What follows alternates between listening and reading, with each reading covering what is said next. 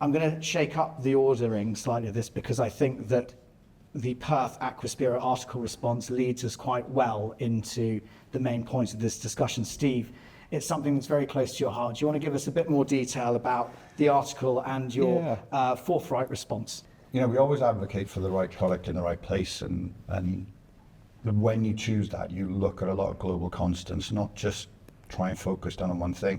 There's a really heavy-handed approach sometimes to things where you dog in on one item and you kind of lose the bigger global picture. I mean, something very specifically like that is choosing one material over another for a single item, for a single reason, and you lock down on that and you lose the whole sort of context of the entire thing.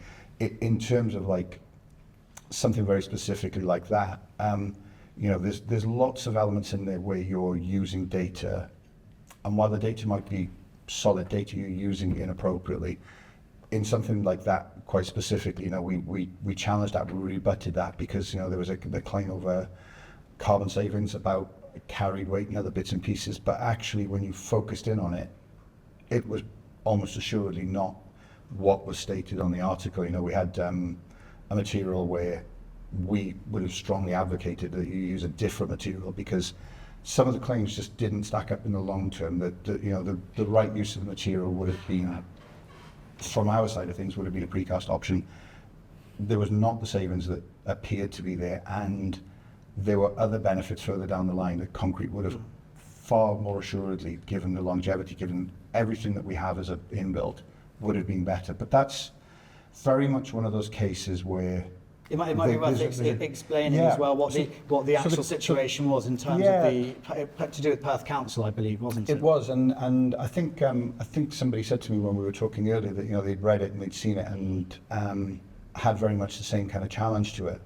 When you're talking about focusing down on one thing like that, you know, where you talk about like distribution, you know, traveling, and part of any manufacturing process is distribution and looking at carried weight, looking at how many materials you travel around the country. That is an element of the carbon that we build into that upfront part of it. And obviously carrying certain materials, heavy materials, can be a headache.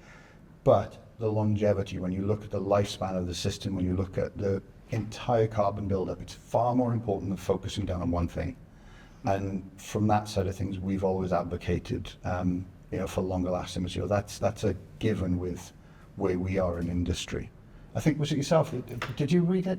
Who was I talking to earlier that looked at wasn't you? I think it's worth clarifying on that for anyone who hasn't read it. The article was about the decision of Perth Council to, rather than use the traditional precast pipe work for new drainage and waste systems, they went with an innovative steel-based option. And the article, which was written by quite a punchy industry magazine, suggested throughout the whole thing that this steel option was so much less carbon intensive than concrete. Steve wrote a response rebutting that, and one of the big things, which again comes to one of the first points that we have on this agenda around this carbon challenge, is EPDs as well, and you threw down the gauntlet, didn't you? For sure. That? Yeah, well, that's one of the things. An early part of what we have to understand in carbon challenge is measuring. And that's one of the things I think we've done well, and sort of the global we hear of the concrete industry. You know, we've taken it on the chin that there is an element where we have to measure accurately, and we do. We've produced EPDs for the pipeworks that we make, the drainage products we make, and that's because we have local sourcing, we have infrastructure in place where we know we can draw that information together and produce accurate EPDs. Is what we've done. So we have the ability to understand like the global challenge around laying, not just ourselves, materials around it, trenching, all the operations that go with it. We can measure accurately, like a holistic view of that pipeline, not just the material in and of itself. And that's one of the good things about, I will say specifically for our industry, you know, we have got our house in order in terms of being able to measure. And that's one of the things that's coming through from government, you know, with a lot of other challenges we see in housing, everything like that. One of the first challenges will be to understand, is to measure. And, you know, EPDs, environmental product declarations, is the first step. Get that right, measure accurately, and then focus on how you decarbonise from there. Once you know your measurement, you can work backwards into taking that out of the system, but that's a challenge we've nailed in producing like sector level EPDs, individual EPDs. A lot of our manufacturers have got individual ones for them, but also they've got declared net zero targets as well, which is where they will decarbonise those products as well. I imagine EPDs must keep you awake all night. Luckily they don't, because of the great work that's done before my time. So it is, you know, it's a real deal for a lot of clients. You know, it's they've got certain targets that they need to meet, and it breaks down to every nut, bolt, concrete pipe. But I would say it's about consistency as well, because that's one of the things with the problems with EPD, and we've seen it in the industry for years and years and years, where something comes in that's, oh yeah, we do it like this. Oh yeah, but if you do it like this, you get better results. Well, we'll do that way then. And it's a problem where you can't compare a nut to a concrete pipe. So we do need to work on that consistency, and that comes down to sort of the marketing way of how you can turn things from a negative into a positive. So, but do you find it interesting when you do an EPD and you look through it and understand where your carbon buildup is? Because I find it incredibly interesting where we identify what's in our control, what's manufacturing control within any industry. It would apply to any industry, but to us specifically, we have elements that's in our control, elements where we need to decarbonise. We have materials which are sourceable and again controllable, and then you have other things like scope 3 materials which will be down the line. Or even packaging and transportation. For sure, yes. Exactly. Yes. You know, we've got the advantage our concrete pipes can go on the back of a lorry with no packaging, just a few straps over. Yeah. You know, that's different to wrapping everything in cellophane and branding and everything. So I'm sure phasing is pricking up with the thought of single-use plastics potentially. No, I, if I may add just slightly there, it's not just the carbon. So we focus on carbon for very sensible reasons. Yeah. We are in a climate crisis. We absolutely need to reduce our carbon. But when we look at products, we shouldn't just be looking at carbon. We should also be looking at the environmental impacts. So, for example, if there are any chemicals that are leaching, some of that work is done, but some of the work in terms of microplastics and things, we don't know yet entirely what those environmental impacts are. Therefore, they are not being considered here, and that's missing. That's a really big area that's missing from that holistic understanding of whether something is better or worse for the environment. Carbon, absolutely, I'm not disagreeing, we need to sort that out, but there are other chemicals and other things we need to look at too in terms of environmental health. Well, one of the drivers at the moment is that global warming potential carbon value is the initial marker that we are looking at. Very interesting with sort of the European concrete partners. We as the MPA, as members, we work with BIBM, the International Board for Precast and Concrete in Europe. And some of the members around Europe, people that we get to sort of interact and have this conversation with, they look at other markets. They will look at localized ozone pollution for air quality and things like that. They've got about 14 markers, which, if I'm not mistaken, some of the new European rules will widen out to look at more markers than that single element. So instead of having a product declaration or a EPD with a carbon value on it, it will have number of things, 13, 14 maybe markers on it that you then look at and see, you know, where does it stack up in, as you said, holistic view is a far better view than focusing on just that one element. But that is the one the thing is, as I see, and as my colleagues around from the MPA and probably people around the table as well, one of the challenge we have at the moment is carbon. That is the first step. It's then evolving that. Once we've got that measured and we can set targets for that and start to reduce that, it's looking at the next markers and seeing the priority list. You and I have talked extensively about microplastics. You know, that conversation is fascinating, but that's, again, another marker that probably needs to be decided where that goes on that list as an element of importance. But who marks your homework? So who checks your EPD to check that it's correct? Because we, in the stormwater management world, we have problems with manufacturers making declarations that are not valid, and there's nobody polices that, because training standards departments have lost funding over the years, so they don't do checks on product declarations anymore. So how do we fix that? Because the more things we measure and the more things manufacturers make product declarations about, the more we need somebody to check their product declarations. really interesting conversation at the Future Homes conference with one of the sustainability directors from Travis Perkins. She pushes for 2 different levels and has 2 different markets. There is a verified EPD. So when we produce our EPDs, myself and my colleagues at the MPA, when we do them for our products, we send them off to third party, get them verified, and there's a whole European standard basis around what you can declare with them. It's quite tricky on a sector level because we work with so many different members. They make products in different ways, so we have to average them out, and that can be complex when people are using different elements to make the same product, which there are elements around, somebody's pipe might be different to somebody else's pipe, and we have to work out how that average works and then have it verified. There's a lot of rules around that. There's then some manufacturers that will get all the way to working out all the elements of an EPD but not have it verified. They will work on product declarations, and the sustainability director from Travis was quite happy that there are 2 different methodologies. That one you say where you don't have it verified can be subject to scrutiny. I think when you have a verified EPD, it kind of does stand on its own that you've had that third-party sense checked. It's a good number to work from. Now, in the future, that number may go up or it may go down, even for the same product, depending on how the category rules work. There can be lots of elements behind that can alter it, but it does set a good marker for us. As I said, the key for us as industry at this moment in time is measure accurately and get that verified so that we stand up. Advocating for concrete, we've always been quite honest about what we have in there. We understand where our elements come from, where our carbon comes from, and we declare that in those products, and then we look to decarbonize back from there. That's how we work. But that measurement element, there is definitely 2 levels.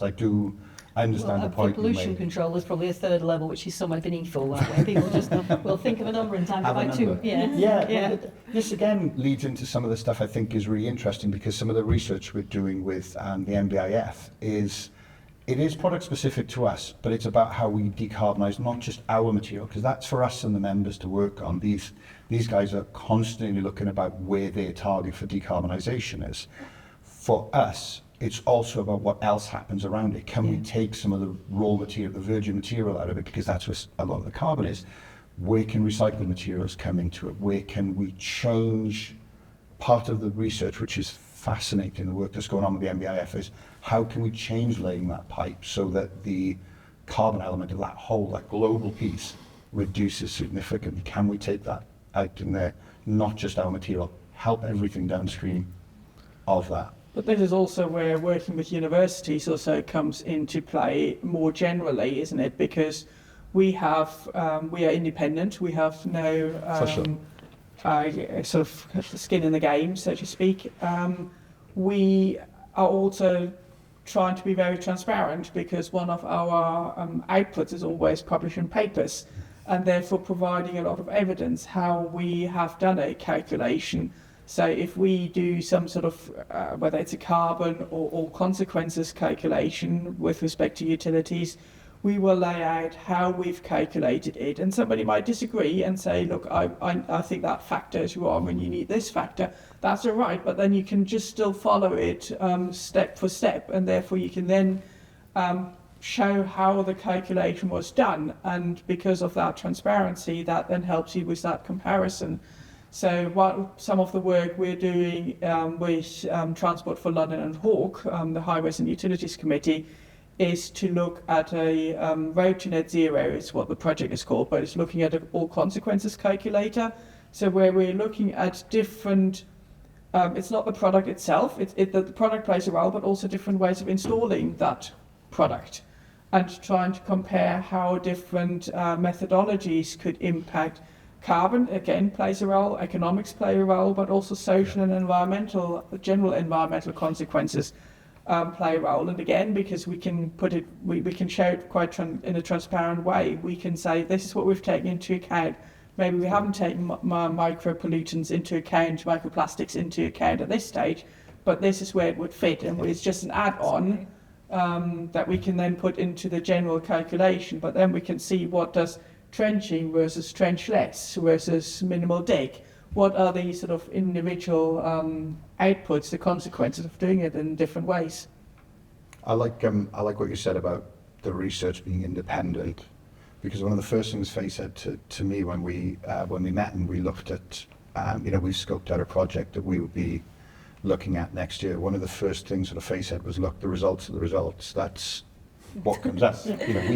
We can't force this, which is why I'll say like as we come to you as an industry with a project that we want to look at and talk about, and would it deliver what we wanted to do, much like the first project we did, the FE the finite element study we did with you, we can't change those outputs, we can't change the results. No. The science is the science of what it is, but do we have enough grounds of sensibility in what we start with to be assured that it's worth investing in and getting the result out that we're looking for, which is helpful. But even if you don't get the right result you can still get a result, which means that you can change the way you do things or change some parameters. For sure. Yeah. I mean, this is the thing, Dr. Gumbel works with every material along the entire drainage sector. We don't come to him to promote our material, to say this is the best way to do it. It's this is our corner of the industry. We need to work on our works, and I'm sure you see all kind of fascinating things industry-wide, far more than even we do. I would imagine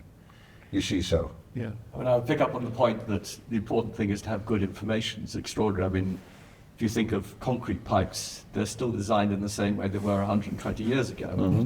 But no one has really, yes, indeed. Well, that's nearly 60 years old. It is only 65. 65 years 65 years old. But astonishingly, people, after a while, people just assume that buried infrastructure behaves in the way we've always thought it behaves. But when you go in and measure it, you find, oh, that's interesting. And the amount of measurement, I mean, modern instrumentation, etc., opens up all sorts of possibilities that wasn't there before. And we can actually monitor the infrastructure. And as Steve was saying, just as important for environmental discussion to have good data. Once you know how things behave, then you can say, oh, well, there might be a smarter way of designing it. Mm-hmm. And that monitoring is just so crucial because especially when you're looking at the longevity of something, because we're calculating forward and we're at the moment we're talking about plastics. Plastics has been around for sort of 60, 70 years, but we're saying it's going to take 200 years for them to degrade. Well, how do we know? They haven't been around 200 years yet. So that constant monitoring so that we can make informed choices going forward is so important. The same with the asset infrastructure. We say they're going to last this long. How do we monitor it and how do we know before it breaks, preferably, that we need to change those things? Is this accurate data as well then also something that we can use to combat things like greenwashing, which is still such a prevalent thing in the industry as well? I'm sick of reading things about we've planted X amount of trees, in far-flung places and so on and so forth, but hey, we're still, cooking everything in a gas furnace. That's why I even had one client once who said, our gas is 100% green as well, no emission gas. And our product's 100% recyclable. Oh, what happens at the end of life? Oh, it gets crushed up and used as road bedding. Not recyclable, repurposable maybe. But it's something that still goes on in the industry. And I know that, Steve, you guys, and I'm sure at Marshalls as well, there's been a lot of effort to try and just stop this, these kind of like wild statements and also saying, oh, we're offsetting it, burying under the carpet the actual big problems. Yeah, I think it's an interesting one because Steve mentioned earlier that with concrete you have to be open. Everyone knows that concrete contains carbon. There's ways that we can reduce it, but at the end of the day, we're producing a product that's there to last 120 years, maybe longer, maybe 160, 180. But we've got to be open with it, and that's where we've almost got the advantage that concrete is a very consistent product. Yes, we can change around the mixes and things, and we can make improvements. But when you look at some of the other materials, there's so many other, even if you look at a plastic pipe, if you ask a contractor to order a plastic pipe, you don't know what the specification of that plastic pipe has to be so defined to know what the strength class is, what the percentage of recycled material is. There's so many parameters that goes into a plastic pipe, whereas a concrete pipe, generally, you can buy a concrete pipe off the shelf and it will be the same. It's almost easier to be upfront with concrete because we know where we stand. We're starting from a expectation and a low expectation that we can strive to improve. There's always that challenge there that people know our secrets. Where the carbon is in any one of our given elements is obvious. You know, we have cementitious material, we have locally resourced aggregate materials, and then everything else sort of comes, you know, where everything comes from. I'm always amazed, just as a bit of advocacy, sort of, you know, what our industry does. I'm always amazed at how clever our guys are. You know, we design everything down because, you know, over the years, the industry's come together, and we've got these 4 to 5 manufacturers in the UK that produce most of the products that end up going below ground. You know, they all, you know, they all sort of homogenize onto this one way of making something. You've got some smart technologies here and there, you've got some purpose-built pieces, but, you know, there's generally a way of doing something, and, you know, we've got it down to an efficiency. You know, we've got it down to a strength class of pipes. You've got it down to, you know, how thick's the seating, or how big is, I don't know, how much reinforcement is the culvert. We have this thing where it's incredible, and I was listening to a really good sort of talk about this, about how instead of, you know, being prescriptive about a lot of these materials, we can talk about performance of materials. And our industry's got very clever at doing that. You know, how we can, again, part of the research we're doing, we know that we have materials that are stronger than are currently built into standards. We know that we can improve those. It will give efficiencies. It's not just economic value, which we've somehow sort of skipped over sometimes and talked about how much I can reduce cost, which then allows you to do additional works. But also, those products themselves can help other parts of the industry. It's quite incredible how our members have, over the years, filtered it down to a way of doing things that's quite efficient. And those modern manufacturing methods, where we've done things like take carbon out of, you know, the whole system since the 90s, that manufacturing element's come down, less use of, you know, less use of electricity, less use of gas, all the clever things. It's amazing how that's boiled down to these products that are now fit for purpose and yet still slightly better than the performance spec that we're putting out there. Quite incredible. Are there challenges though with the pressure of using less pristine aggregates, for example, and trying to look more at repurposed aggregates, which then does affect potentially your strength characteristics of your material? So that's come in maybe the last 20, 30 years a bit more, and a lot more pressure of not using so much pristine new material. And does that then change? It does, but then you've got to look at how that material is processed and actually reused in a way that how much does it take to sieve that material back into a usable state to then go into a concrete mix. So you've really got to be quite open and honest to realise that you know, where is that batching, where is that process happening? Is it 200 miles up the road that then means that aggregate's being shipped, you know, twice? So there is certainly opportunities, and we've got that's the one thing about concrete, is it's very easy to reuse those materials. You know, if we get something that goes wrong in the manufacturing process, it gets reused. Yes, very for quickly. sure. I think most people will be amazed when you go and see the modern manufacturing facilities, how waste isn't, you know, almost everything is reused on site. If not, it's taken away, repurposed, and then brought back to site, reintroduced. Even use of like things like supplementary cementitious materials, taking SEM 1 out of the process to try and bring that carbon value down. You know, I think we're at a global average now of something like, you know, from where it was originally sort of 90% SEM 1 use, we're down to about 75%, and that will continue to come down. There are some companies that are miles ahead, decarbonising, using huge amounts of you know, AACMs and other materials that are not virgin. And then there's others that are working with manufacturers to try and reduce the carbon value of that same one as well. Some amazing projects going on around. But every time, do you have to reassess? You have to reassess the structural integrity of the pipe, basically. So when you say you've got 100 years of experience, you've got 100 years of experience of using a certain mixture. But as the mixtures change over the years, you have to reevaluate the performance of your asset. Yeah.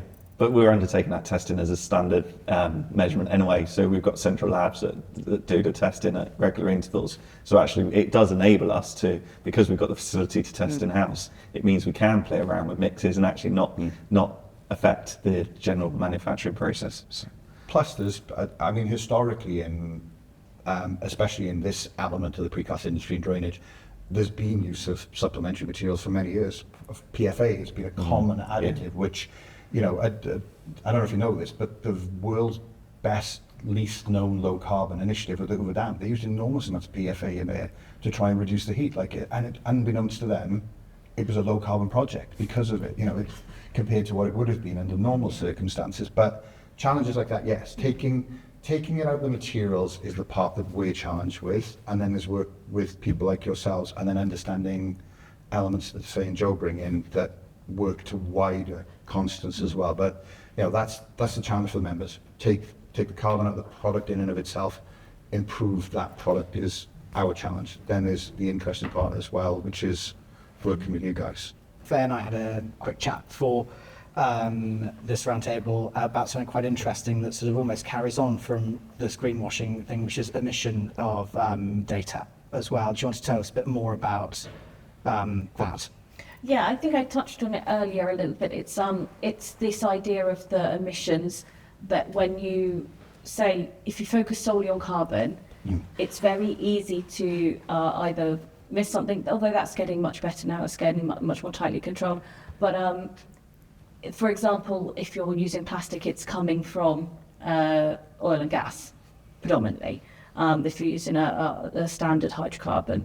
So the drilling and all of the things that happen around that is included partially in the carbon accounting, but the understanding is majority of that carbon accounting comes under the fuel, because that's the other part. Our hope as a globe, as a world, is that we are going to reduce our reliance on fossil fuels.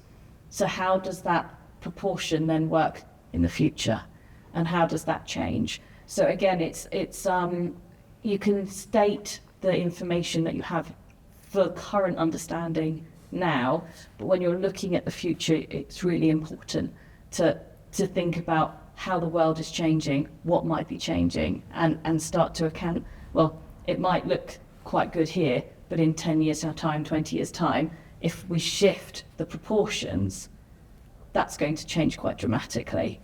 And then suddenly things that look great now, we'll look back at and think, oh dear, that wasn't the best idea.